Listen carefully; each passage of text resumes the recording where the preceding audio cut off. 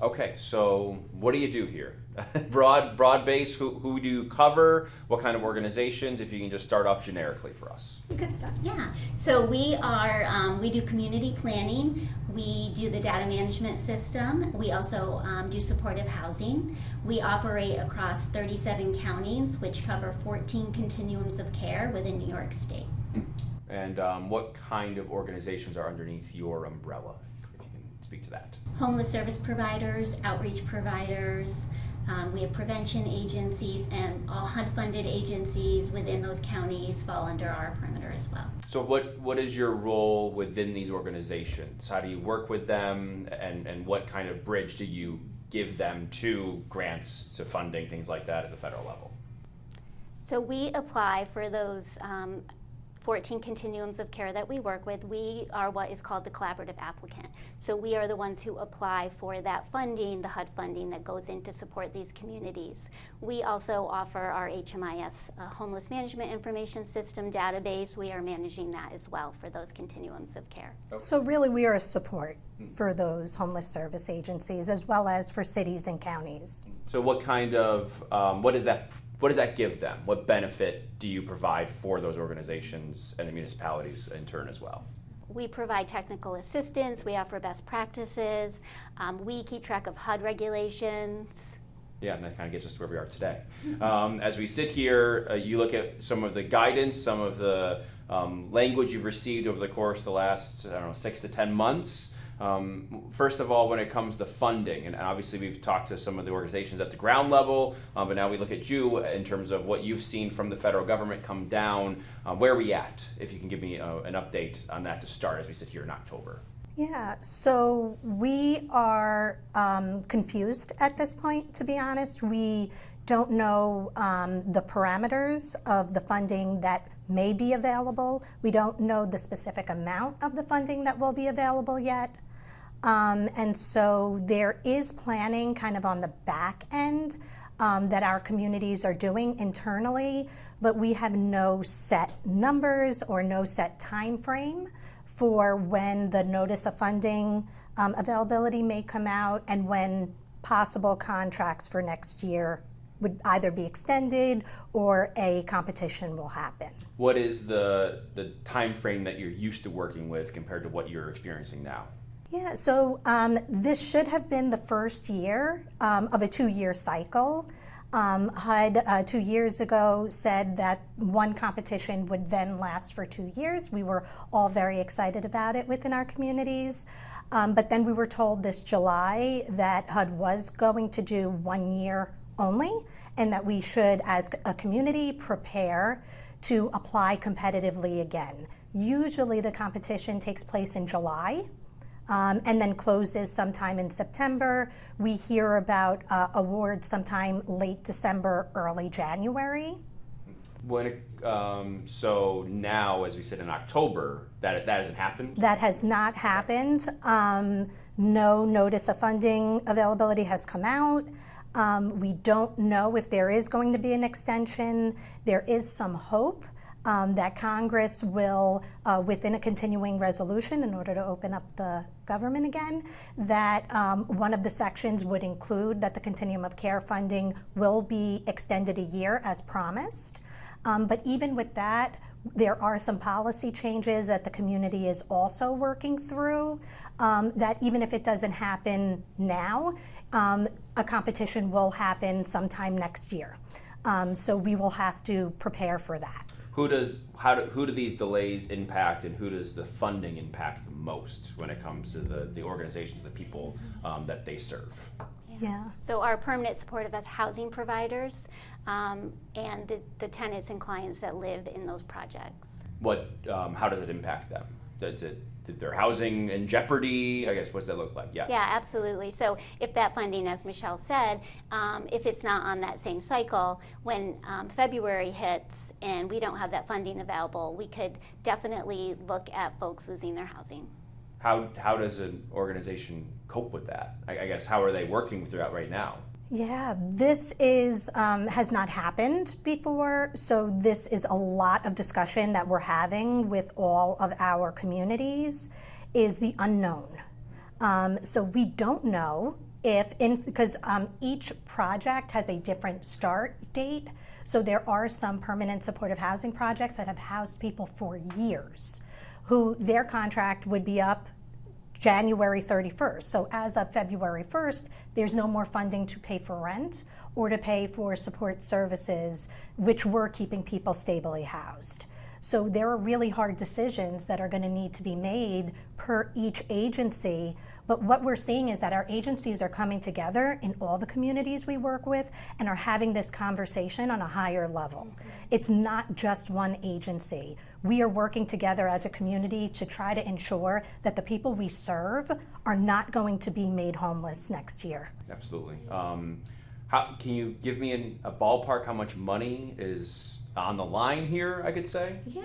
So the National Alliance to End Homelessness looked at it nationally. So nationally, it's about $3.3 billion that goes toward permanent supportive housing. If the changes that HUD is noting within this notice go through, it would bring that down to $1.1 million. For nationally. Nationally. Nationally. Billion, I'm sorry. $1.1 Billion. billion. So Billion. About $2 billion. $2 billion less. And do you know how much piece of a pie you would get of that? We don't. Right, So that's part of the it. competition. Yeah. Is that even though the competition is based on what you're already receiving, HUD can make choices every competition. So an example is here in Albany, there's about $7.5 million that comes in for services, right? For permanent supportive housing and homeless services. HUD can cut some of those projects down to whatever level is noted within the NOFO. So we don't know what that could be.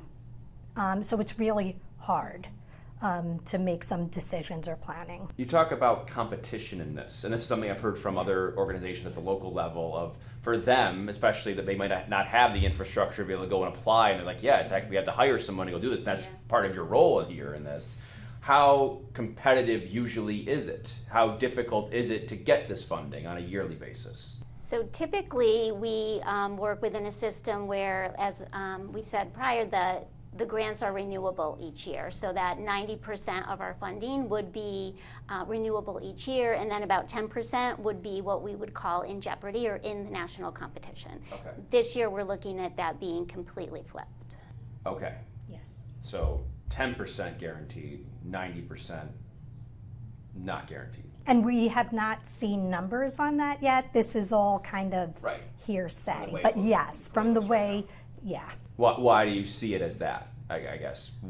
How do you come to that conclusion? So in the email that was sent out from HUD, it said that the status quo would no longer continue. So what we're getting from that is the status quo is the renewals. So in order to meet and create new projects that are the priority projects for HUD now, you would have to defund certain projects and fund new priority projects. So that's what the tiering does. So if only 10% is renewable, it doesn't guarantee that only 10%. They're just saying 90% would go in this national competition. Maybe you'll get 80% of what you applied for, and 20% has to be something new or something that is priority for this NOFO. Who is deciding what those priority projects are? That is to the discretion of HUD during every NOFO. So every year it slightly changes. Okay. What, if any, to these changes, and I'll speak to some of those details in a moment, but explanation other than a letter or anything like that have you gotten for these changes? I mean, have they told you why you were doing this? Yeah, so it's been pretty clear from maybe February, maybe the end of January. Executive orders have come out that literally direct HUD to prioritize certain projects or prioritize certain practices. So that is where we're coming with this information. And there was a notice of funding for, it was called the COC Builds application that followed some of the executive orders. And so we understand the priorities that HUD is now putting forward. So we could assume, but there's some written documentation on why. Right. And from what I understand, it looks like some of those executive orders fall in confluence to the work some of these organizations do. What exactly does that mean, and how does that apply here? Yeah, so yes, those priorities and those provisions that we may have to sign off on, which we saw in this NOFO bills, is that your project is in a state, county, or municipality that follows certain criteria. For instance, that they prohibit urban public camping and enforce it. That we are looking at criteria that affirms, so reality criteria, fairness and reality, looking at your agency does not recognize non-binary sex characteristics, signing off that you say yes to those things. Right, and if you say no, you have less of a chance of getting the funding. Exactly. Right. Is it possible for some of these organizations you work with to still do their work and comply at the same time, to be able to be a priority in this? So this is the discussion internally that a lot of agencies are having, as well as bringing it to the larger community. So this is work that is part of people's mission. So Housing First is a best practice that our agencies follow, that our partners follow, which means housing comes first, services are provided wraparound to ensure housing stability. You don't have to be receiving services in order to be eligible for housing. That is one huge turnaround in policy, which is services have to be linked in order for you to receive housing. So working with those with the most severe service needs, we found that we are most successful when we provide housing in the wraparound services and then connect services with it, right, the wraparound. Sure. Whereas now we're not going to be able to do that. We are being told services are required. So those who are hardest to serve are not going to have the ability to receive the housing. So some of these organizations, agencies might have to make a decision, Yes. right, as to what they provide, Yes. right? Yeah. Which does have an impact here, right? Oh, Huge. absolutely. Yeah. And if they're able to apply even for the funding under those circumstances. What happens if they don't get the funding? You know, what kind of gap, you know, like we talked about, there could be something in this continuing resolution, but this extra layer of the policy and the applications of programs, things of that nature that's not guaranteed. You know, what happens, like you were saying, a lot of the places and a lot of the organizations, and because we're in New York, those municipalities might not be able to say yes. What happens if many of those have to say no and they get to the bottom of the list? What happens then? If our projects are extended, they won't be extended with these new parameters, because that is what happened with our most recent contract. Extra parameters were put on, but there was some legal stuff that happened and some of it was pulled back. So we do expect that if it was extended, there may be some additional parameters put on, but nothing like what could be put on if there's a new notice. Okay. So with the extension, we will have time for both regarding the shift from permanent supportive housing to 24 months only housing and the requirement of services. We will have a year to kind of understand how we're going to plan for this better, which there really is no good planning for it. Yeah. You alluded to earlier about the way the money flows, and one of the points was that instead of through the local municipality, the state would have some say in, or would have the say there. Can you explain that a little bit more? So that doesn't look like that's going to go through. Okay. It looks like the continuum of care. That was the counter. That was the to counter. president's initial. Okay. Yeah. Just wanna make So sure I the understand. beauty in the continuum of care is that it's a community-based program. So those dollars that come in from continuum of care funding go directly to the grantee of the service. So our partner agencies have a direct connect with HUD, or CARES has a direct connect with HUD for that funding. It doesn't go through any municipality. In the event that an agency, organization, whoever it might be, doesn't get chosen, right? Doesn't win this bid, who would you anticipate could fill the gap? If there is one, how would that work? There are no answers to that. There really isn't a. And it's really hard to plan because if there is a loss of one program, that's a 20-bed program, that's one issue we would have to work through as a community, because that's hard enough. But if we're talking that we're losing $1 million, $1.5 million, there's no way to fill that gap.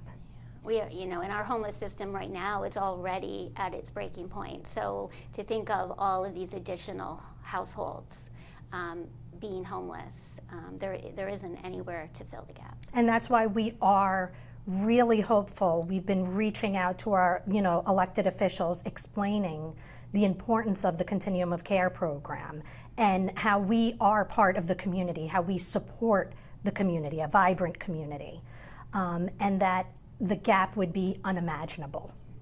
Let's go first to the local municipality level. What is their role here for local city, town, village officials, county, whatever it's going to be? What do you see them helping in all of this? Yeah, so What do you ask them for? I have to say we engage very often with our local cities and counties. We are engaging with them even more now with the change in the Medicaid that also affects the people we serve and our community, but discussing that homelessness really is handled on a county level in New York State. Counties have been very involved in this conversation in all of the communities that we work in. Kind of unsure on next steps because there are no answers yet, right? Again, it's hard to plan if we don't know if the loss is of 10 beds or of 200. So we have been in direct communication. They are part of this planning process and are at the table while the providers are discussing next steps. I mean, do they consider changing policy because there's policy within that application? I mean, is that at all on the table, like we talked about? If it's a local municipality and they have or don't have a camping ordinance, right? Yeah. Is that something that, you would push them to do, or that they would say, hey, maybe we can look at this from a council standpoint or a county legislature standpoint? Have those conversations happened? We are having conversations about what protects our communities the most, and some of these, like enforcing the ban on public camping, is a dangerous idea, especially because it's so open and it's not clear what enforcement means. So there are communities that prior to this have been having those conversations. So each community is having that discussion a little bit differently, but we're also taking a stand saying some of this is not humane, honestly. Yeah. Some of it doesn't make a better community. It doesn't protect your community more. Yeah, because I also think, how about at the state level then? That's a different level of approach here. Where does the state fit into all of this? Whether that's a local assembly member, whether that's a state senator, what for you guys, what does that look like? Yeah, we've also engaged with our state elected officials who are also kind of ear to the ground on what's going on, because honestly, a lot of what's being proposed is opposite of what HUD used to propose and what New York State was working toward also. Right. And so right now it's kind of a wait and see what's actually coming. Because I think there's going to be some major conversations once we are all clear on what HUD's direction is and where they're going. Again, we think we are, but we can't think. We need to know for sure in order to have these conversations and facilitate planning. Yeah, because I look at some of the state's approaches, especially to addiction, and I know that some of these organizations cover addiction, things like that. And I know OASIS has been major harm reduction in terms of the opioid settlement funding. The majority of that goes to harm reduction. And in those parameters, what I read, if an organization or agency prioritizes harm reduction, they won't be at the top of that list. Which flies in confluence to what the state is doing right now, right? So that does, make a contrast there. Yeah, it's in direct conflict with what we've been doing for 20 years. Yeah. How about the federal officials then? At the end of the day? Yeah, federal I'm sure officials across the state. We've been connecting with their offices, maybe annoyingly, to explain to them our fear of, one, these policy changes, but two, the lack of funding and the swiftness of the policy changes along with the unknown funding. All of this is creating a crisis within the homeless service sector that we're bracing for. So do you need and what are you asking for moving forward here? Like what needs to happen to make sure that you're providing what you need to provide, not only at the same level, but also obviously meeting the needs of the people at the end of the day? Sounds simple, but keeping the COC funding protected and keeping the policy going in the way that it's been going for the past 15 years is what we need. And keeping permanent supportive housing as we know it, because we know that it works and we know it's Yes. successful. Yeah, that was my follow-up. I was going to say, you Absolutely. believe the way it's going now is working. Yes. Okay. Yeah. Yes. Yeah. Is there a way to make it work better? More funding. More funding. That's More usually what I funding. get. Okay. Yes. Perfect. I think that's all I have. Great. Thank you. Yeah, thank you. Thank you. Thank you.